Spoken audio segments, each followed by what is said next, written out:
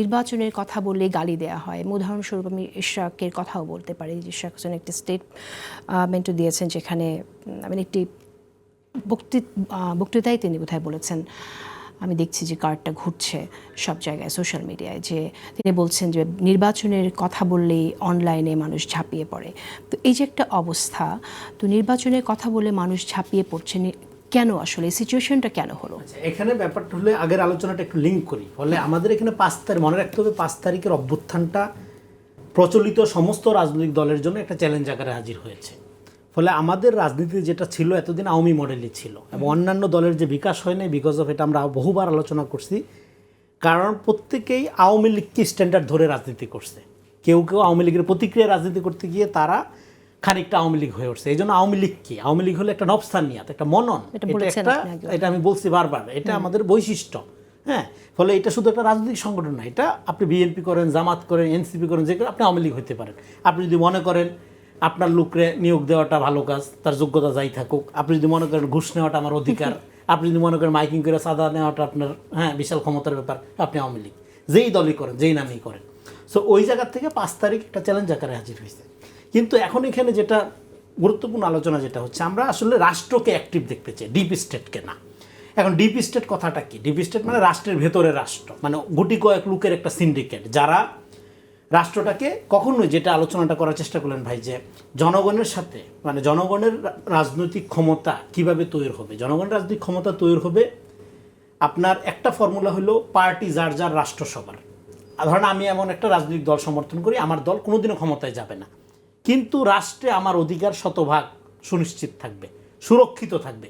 এইরকম একটা রাজনীতি আমরা দেখতে চাই। আমরা কোনো নেতাগিরির রাজনীতি দেখতে চাই না, আমরা আর কোনো ক্যাডার ভিত্তিক সংগঠন দেখতে চাই না, আমরা আর এমন কোনো রাজনীতি দেখতে চাই না যে আপনার রাজনীতি আদর্শের জন্য আমার গায়ে আপনি হাত তুলবেন।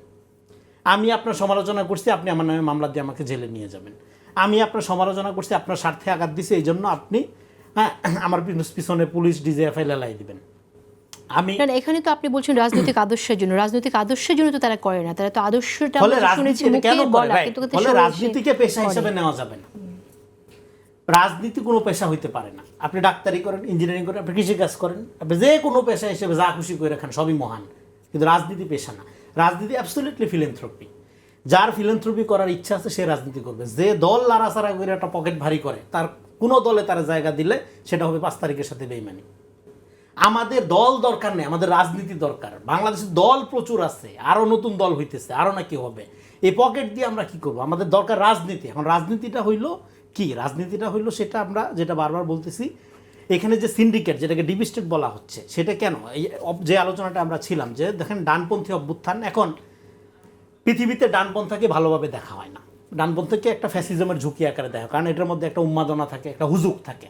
হ্যাঁ, বলে না হুজুগে বাঙালি। এখন অনুভূতির রাজনীতি অলওয়েজ ডেঞ্জারাস। আওয়ামী লীগ কিন্তু অনুভূতির রাজনীতি করতো, আপনাকে রাজনীতি করতে, হুজুগের রাজনীতি করা যাবে না।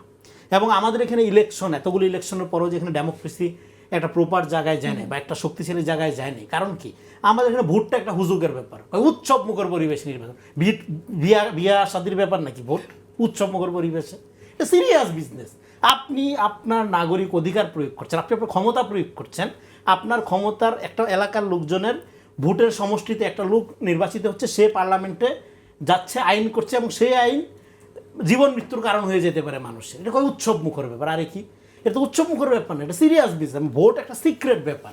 ফলে এই যে নাগরিক শক্তির বিকাশ, এই বিকাশটাই তো আওয়ামী রাজনীতিক বা ট্রাইবাল পলিটিক্সের কারণে আমাদের এখানে হয়নি, যে কারণে কোনো দলেরই বিকাশ হয়নি। এবং 5 তারিখের পরে আমাদের একটা সুবর্ণ সুযোগ সমস্ত দলগুলোর জন্য, যে তাদের রাজনৈতিক বিকাশের সুযোগ। এবং জনগণকে কোনো হিস্সা দেওয়া হয়নি বাংলাদেশে।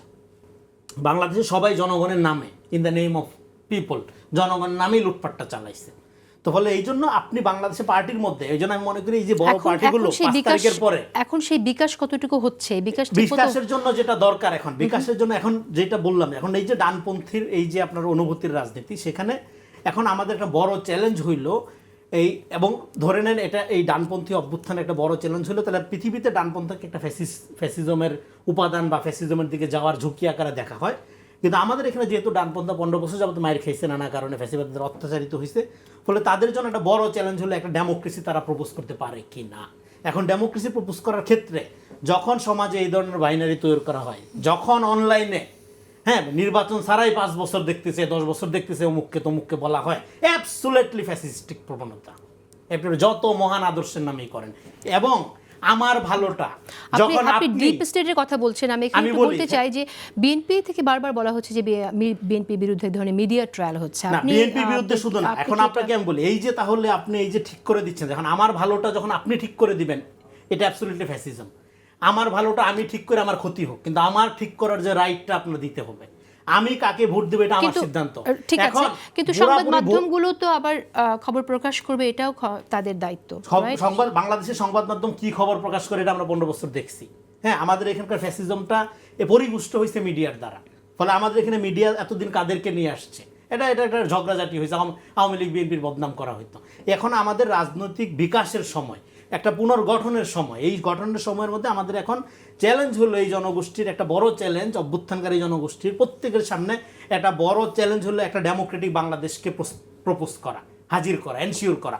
এবং সেটা হাজির করতে গিয়ে আপনি যখন এই সরকার দ্রব্যমূল্যের দাম কমাবে, সরকার সুশাসন নিশ্চিত করবে, সরকার ভালোভাবে দেশ চালাবে, এটা তো তার দায়িত্ব। এটার জন্য তার 5 বছর 10 বছর রেখে দিতে হবে, এটাই ভালো, এটাই সোনাই সোহাগা। এই যে র্যাটোরিক্স, এই র্যাটোরিক্সটা একটা ফ্যাসিস্টিক হুজুগ তৈরি করার দিকে নিয়ে যাবে আপনার নেশনকে। এই সরকার যদি খুব খারাপ চালায় বা খুব ভালো চালায়, তার সাথে আমার নাগরিক অধিকার বিসর্জন দেওয়ার কোনো সম্পর্ক নেই। আমার ম্যান্ডেট আমাকে প্রয়োগ করতে দিতে হবে। এখন কথা হইলে তাহলে এমন একটা প্রক্রিয়া আপনাকে ডেভেলপ করতে হবে, যে প্রক্রিয়ার মধ্য দিয়ে চোর বাটপার নির্বাচিত হয়ে আসার সুযোগটা বন্ধ হয়। সেটা সবার জন্য চ্যালেঞ্জ। সেই রাজনীতি আপনাকে করতে পারতে হবে। ওইটাই তো আওয়ামী মডেলের বাইরে যাওয়া। দলগুলো কি রাজনীতি করছে সেটা নিয়ে কথা বলছি আমরা। ফলে এখন আমাদের গুরুত্বপূর্ণ যেটা দরকার, হ্যাঁ, নাগরিক শক্তির বা নাগরিক ভিত্তিক রাজনীতির বিকাশের জন্য আমাদের একটা মডেল হইতে পারে, সেটা হলো যে মধ্যপন্থার একটা রাজনীতি। বাংলাদেশে মধ্যপন্থী দ্বারা মেইন স্ট্রিম না, মূলধারা না। এখানে হয় বামপন্থী ধারা মূলধারা, অথবা ডানপন্থী ধারা তো মূলধারা হওয়ার সুযোগই পায় না এতদিন। এখন ডানপন্থী ধারাকে এই ধরনের একটা ক্ষুদ্র গোষ্ঠী চক্র, তারা এই যে ফেসবুকে পার্লামেন্ট ঘোষণা করে দিচ্ছে।